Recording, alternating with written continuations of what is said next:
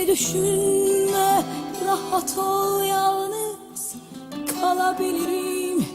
Sen de bilirsin, hiçbir acı sonsuza dek sürmez. Hatta her an yeniden sevebilirim. Olmazdı bende, biliyorum, haklısın, haydi git. Korkma, seninle gerçekten dost olabilirim. Aslında ben de uzun zamandan beridir sana ayrılmak istediğimi söylemedim. Haydi git. Git, git, gitme, dur ne olursun. Gitme, kal, yalan söyledim, doğru değil ayrılığa. Daha hiç hazır değilim, aramızda yaşanacak yarım kalan bir şeyler var. Gitme, dur daha şimdiden, deliler gibi özledim.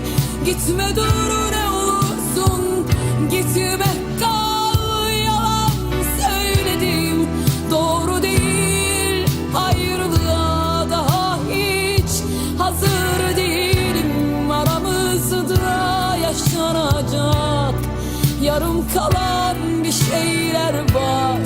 Gitme, dur daha şimdiden, deliler gibi özledim.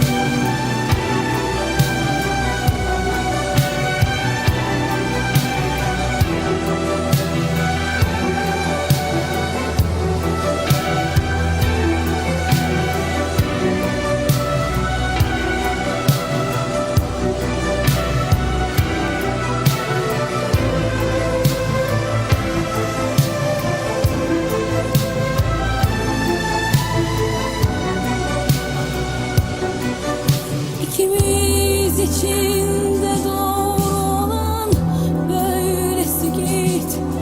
İnan bana, sandığım kadar üzgün değilim.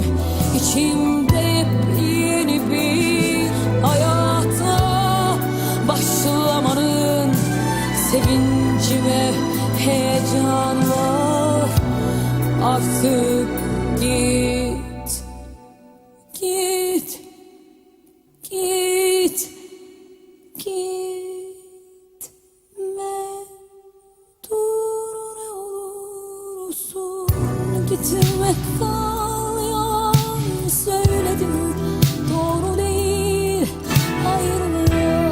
Daha hiç hazır değilim, aramızda yaşanacak yarım kalan bir şeyler var. Gitme, dur daha şimdiden, deliler gibi özledim.